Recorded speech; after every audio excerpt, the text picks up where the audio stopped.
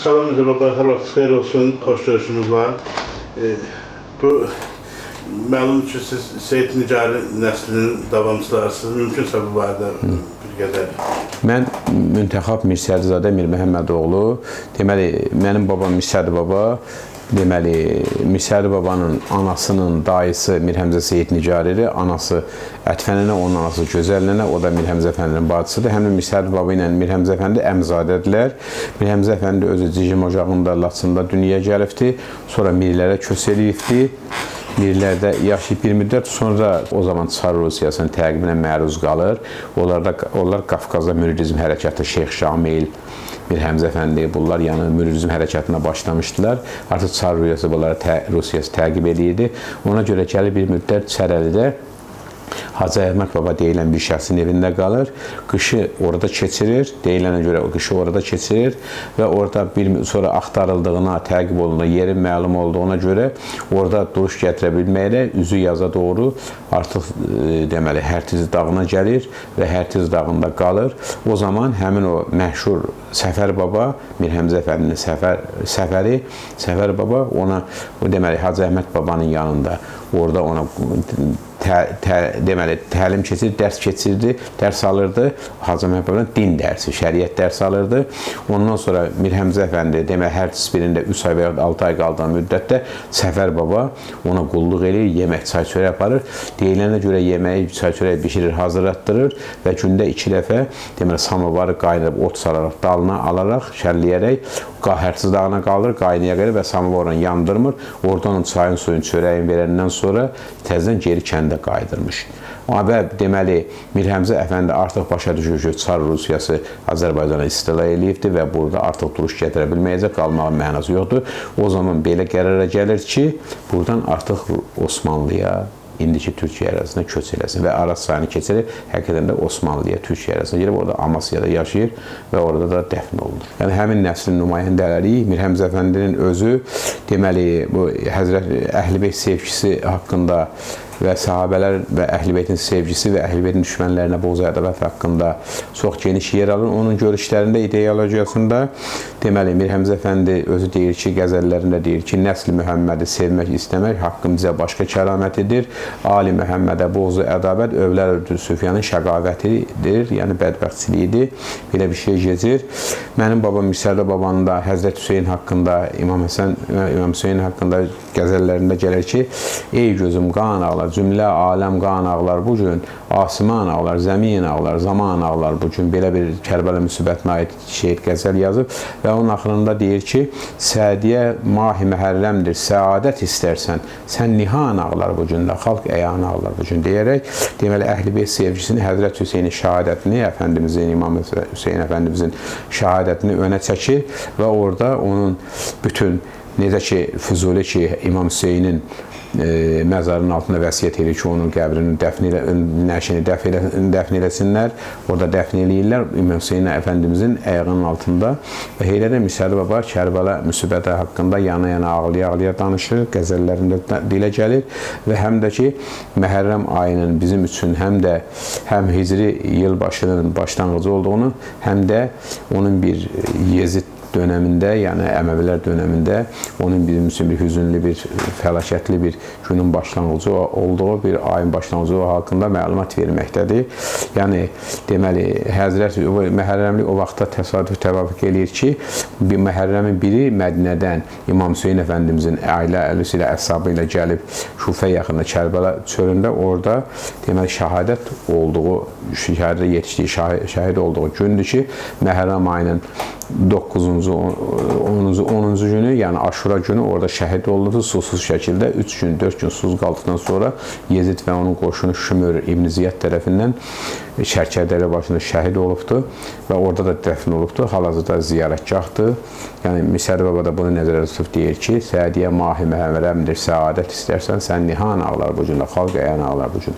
Düzdür, məhərrəmlikdə üz-gözü cırmaq, saçı yolmaq, şivən qopartmaq, ağlamaq, nail eləmək İslam aləmində düzgün yanaşılmayan, düzgün qəbul olunmayan bir şeydir. Ancaq belə bir şeydir ki, yəni Məhərrəm içində də Aşura günü imam üçün şərbət bağlamaq, ehsan vermək, hədiy pişirmək, Quran oxumaq, hətta bir köşəyə sakitcə ağlamaq, için ağlayıb imam üçün kədərləmək caizdir. Şəriətdə Quran oxumaq, ruhuna rəhmət oxumaq, onu anmaq, yada salmaq, onun xatirələrini danışmaq şəriətdə caizdir. Bu yaxınlarda ki, Azərbaycanda qanun qəbul olundu ki, şeyximiz tərəfindən, rəhbərlər tərəfindən ki, qan vermə aksiyası ki, könüllü şəkildə donor olaraq Aşura günü qan vermə aksiyası ki, talassemiya xəstəsi olan, qan xəstəliyi olan, qana ehtiyacı olan insanlara könüllü olaraq pulsuz şəkildə qan verirsən. Yəni bu elə mənə elə gəlir ki, həmin o şivən eləməkdən daha üstün bir məntiqli bir şey hesab olunur mənimcə. Belə deyək, yəni məntiqə uyğun bir qanundur, məncə onun bir könüllülük prinsipidir. Və belə götürəndə Məhərrəm ayında Aşura günü ki, İmam Hüseyn Əfəndimiz Əshab-ı Şuşəri şəhid oldular və onlar bütün İslam aləminə örnək nümunə oldular ki, o Həzrət Əli Əfəndimiz, Həzrət Əleyhisselamın bir kəlamında deyir ki, zalimin zülmünə qarşı divar kimi yüksəlməsən, ona yardım etmiş kimi olursan, belə bir kəlamında keçir. İmam Hüseyin Əfəndimiz də Kufədən gələn çox sayılı 20 minə yaxın gələn haqsızlığa qarşı şikayət məktubunu nəzərə alaraq heç bir dünyəvi təmənna ummadan, güdmədən Kərbəlaya yol aldı, Kufəyə və Kərbəlaya yaxınlığında İbn Ziyadın hiləsinə düşdü, Yezidin İbn Ziyadın üşümürür və onu mühasirəyə alıb 4 gün, 3 gün susuz saxlayandan sonra onlar çox fazi bir şəkildə şəhid elədilər. Allah rəhmət, şəhadətə haqqın dərgahına qovuşdular. Bu İmam Hüseyin üçün bir şərəfli və çoxdan gözlədiyi bir gün ola bilər ki, haqqa qovuşdu.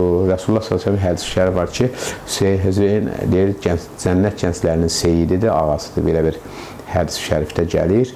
Və belə bir rəvayətdə var ki, Kərbəladan Həzrət Əli Əfəndimiz, Həzrət Əleyhisselam keçdiyi zaman orada deyir, o qədər ağlayır ki, hətta gözündən axan yaşdan yerlər yaş olur və deyirlər, nədən ağladın? Ya Əli deyir ki, bura Hüseynin şəhid olacağı yerdir ki, vaxt gələcək Hüseyin burada çox faci və su şəkildə acıqlı bir vəziyyətdə şəhid olacaqdır. Belə bir şey deyir.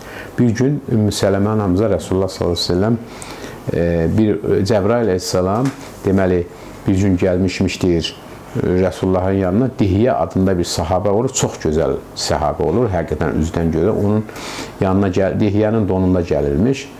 Bəzən Dihyənin donunda Cəbrail əleyhissalam Rəsulullah s.ə.v yanına gələndə deməli, oturub söhbət eləymişlər. Birdən qapı açılır, Həzrət Həsən və Həzrət Hüseyin içəri gelir və onlar Dihyənin üzərinə atılaraq əllərini onun qoynuna salırlar. Dihyə deyir ki, Cəbrail əleyhissalam daha deyir ki, bu nə haldır ya Resulullah? Deyir ki, onlar səni Dihyə sanmışlar. O Dihyə gələndə onlara həmişə hədiyyə gətirirdi. Onlar da ona görə əllərini sənin qoynuna salırlar ki, hədiyyələrini istədilər. Uşaqdılar da indi o vaxtı. Onda Cəbrail əleyhissalam üzünü Allah Teala'ya tutur, deyir ki, ya Allah, məni Peyğəmbər torunlarının, Peyğəmbər nəvələrin yanında utandırma. Və əl atır cənnətdən bir qırmızı narı İmam Hüseyin Əfəndimizə verir. İmam Hüseyin Əfəndimizə bir yaşıl üzüm salır və başlayır ağlamağa. Peyğəmbər s.ə.v deyir, nədən ağladın? Ya Cəbrail deyir ki, o görmədinmi deyir, cənnətə meyraca getdiyin zaman orada İmam Hüseynin deməli, köşkünü qırmızı yaqutdan, İmam Həsəninki yaşıl zümrüddən. Deyir, nə olsun ki, ya Cəbrail deyir ki, onları İmam Həsəni zəhərləyib öldürəcəklər, yaşıl zəhər o mənaya gəlir. İmam Hüseyin də başını kəsib qanına qəmdir. Ona görə də qırmızı zümrüddən və qırmızı yaqutdan və yaşıl zümrüddən onların şöyle. O yaşıl üzümü də İmam Həsən Əfəndimizə verir, qırmızı narı da İmam Hüseyin Əfəndimizə.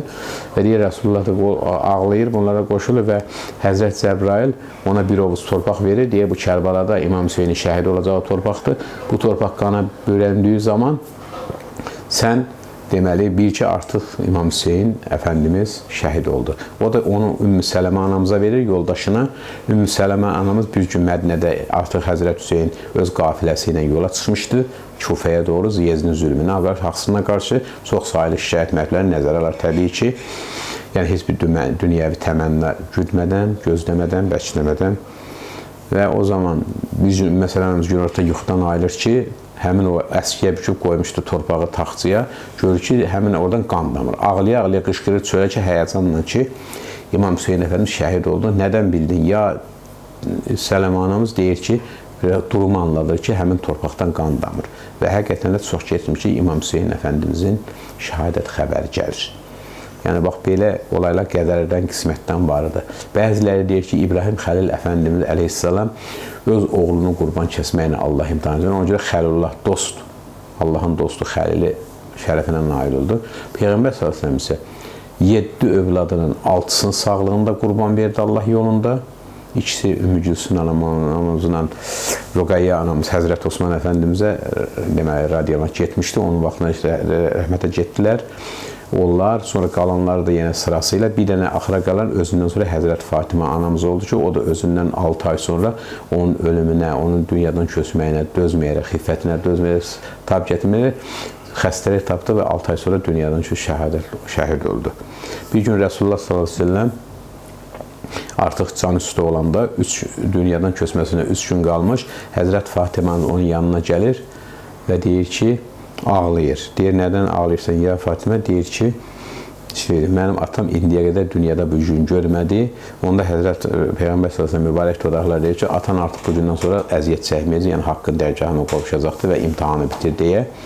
Sonra onun əyildi, qulağına bir şey dedi. Həzrət Fatihəmiz ağladı. Sonra yenə bir şey dedi. Əyildi, güldü. Dedi, nədən ağladı, nədən güldü? Həzrət Əleyhisselam dedi. Dedi ki, birinci mənə dedi ki, mən artıq bu dünyadan köçürəm. Onda ağladım. İkincisi mənə dedi ki, əhl-i beytimdən birinci olaraq yanıma gələn sən olacaqsan. Onda da güldüm. Həqiqətən də ölümündən, dünyasının köçməsindən 6 ay sonra xiffətinə dözməyərək xəstəlik tapdı və rəhməti cavan canını haqqa təslim elədi, dünyadan köçdü. Belə bir olay var. Yəni o Peyğəmbər sallallahu bütün nəsli, nəvələri hamısını Allah yolunda fəda oladığına görə artıq Xəlilullah yox, dost yox, Allahın Həbibullah, sevgilisi, sevimlisi anlamına gələrək Həbibullah ləqəbini qazandı. Baba, bir sual verim sizə. Bu belə bir şeydir ki, Məhərrəm ayı qarşıdan gəlir, qeyd edildiyiniz kimi. Qurbandan söz düşmüşsən, bu Məhərrəm ayı qurban kəsmə necə bu dildə? Olar. Şəriətdə icazə var Məhərrəm ayına qurban kəsməyə. Qurbanlıq, yəni İsmail qurbanı dediyimiz ki, vaxtında vacib olan qurbanlıqdır. O 4 gündə kəsilir, deməli, qurbanlığın ilk günü və son 3 gün və ikindi namazın son vaxtına qədər Qurban bayramının namazından sonra 4-cü günü, yəni qurbanlığın 4-cü günü ikindi namazın son vaxtına qədər kəsilə bilər. Ən üstünü bayram namazından dərhal sonra kəsilməsidir.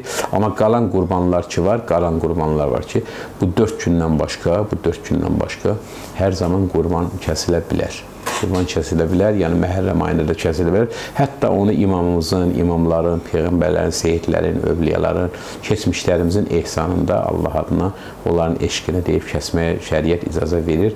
Belə bir şey əsassızdır. Yəni bu məsələyə biraz aşırı yanaşmaqdır. Bu qurban kəsilən heyvan hansı olmalıdır? Məsələn, xırda heyvanlar, toyuqdan başlayaraq dəviyə qədər belə də. Bunlar bir də ki, onların, mən eşitdiyimə görə, elə bir ki, heyvanın boynuzu kəsilməlici olmamalıdır, aksiyər heyvan olmamalıdır. Bunlara mümkün... Yəni, bir sözünə fiziki qüsuru olmamalıdır, heyvan qüsuru. Topal, dəlicə, yəni sonra damğalanmış, qulağı kəsib, boynuzu qırıq, gözü kör, bax, belə axsaq, sınıq, əzik olmama, fiziki qüsuru olmayan heyvan olmalıdır. Deməli, 5 heyvandan qurbanlıq düşür. Keçi, qoyun, dəvə, inək, camış və Sibir tərəflərdə də daimi heyvan olduğuna görə maraldan da qurbanlıq düşür, daimi heyvan kimi. Deməli, qoyun 6 yaş və ya ondan yuxarı olub 1 il qədər kök görsənsə olar. Keçi ancaq 1 yaş olmalıdır. Deməli, qoyunun erkəyi, keçinin dişisi üstündür qurbanlığa. Amma hər ikisindən olar. Sonra inək 2 yaşında olmalıdır. İnək də camış 2 yaşında, dəvə isə 5 yaşında olmalıdır. 5 yaşından aşağı olmamalıdır. Deməli, keçidir, qoyundur. Bunlar bir nəfər üçün nəzərdə tutulur qurbanlıq. İnəkdir, camışdır, dəvədir. 7 nəfərə qədər şərik ola bilər. 7 nəfərə daxil olmaq şərik ola bilər. Bundan çox olmamalıdır belə. Yəni, onu kəsilir. Ayət-i kərimədə gəlir ki, qurbanları kəsin, həcrə getdiyi getdiyiniz zaman da yəni ola qurbanlarınızı kəsin, Minada da belədir. Və orada deməli özünüz də yeyin, başqalarına da verin. Deməli sünnət olanı, müstəhəb olanı budur ki, 3 yerə bölünür. Bir hissəsini özün yeyirsən, yəni ailənin, təsərrüfatın, bir hissəsini qohum, qardaş, dost, tanış yeyir, bir hissəsini də fakirlərə verirsən. Sünnət olanı bu 3 yerə bölməkdir. Bu şəkildədir. Bu cür hesab olunur. Adaq qurbanlığı var ki, adaq qurbanlığının tükünə, dırnağına, nə bilim ətinə, dərisinə, başına, yəni heç nəyinə sahib çıxa bilməzsən, onun hamısı kasıblara görə təsəddüq olunur, sədəqə verilir.